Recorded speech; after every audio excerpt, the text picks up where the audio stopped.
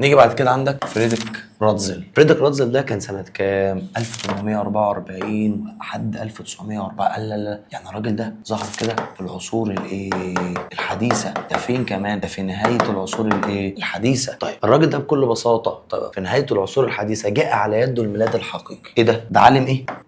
جغرافي. يبقى أول عالم متخصص تكلم عن الجغرافيا السياسية. يبقى الإجابة بكل بساطة مين؟ جدع. يبقى الإجابة بكل بساطة راتزل. تكلم عن الجغرافيا السياسية، جاء على يده الميلاد الحقيقي. طب يا مصر ده مكانه فين؟ في ألمانيا. ألمانيا دي فين؟ جدع. وسط قارة أوروبا أو شمال مدار السرطان. ادي فكره. 2 بكل بساطه ممكن تيجي لك في الامتحان.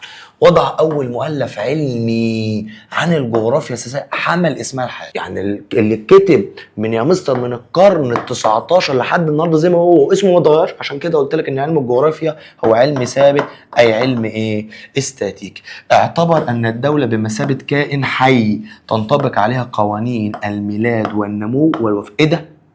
وفاه وميلاد ونمو.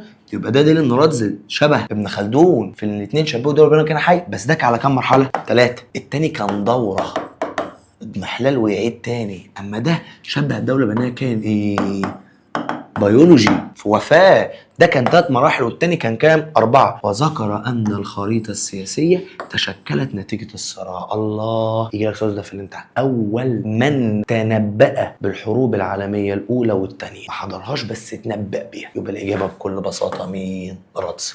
يبقى عمك راتزل عالم جغرافي متخصص ألماني، جه على يده الميلاد الحقيقي، وضع أول مؤلف علمي للجغرافيا السياسية، حمل اسمها الحالي، اعتبر الدولة بأنها بسات كان حي، يعني شبه الدولة بأنها كائن بيولوجي. تمام. ميلاد ونمو وفاة. وقال لك إن الخريطة تشكلت نتيجة الصراعات. يبقى ده دليل إن الراجل ده تنبأ بحروب عالمية أولى وثانية. ليه يا عم قلت كلمة تنبأ؟ لأن الحرب العالمية الأولى بدأت سنة 1914 انتهت سنة 1918.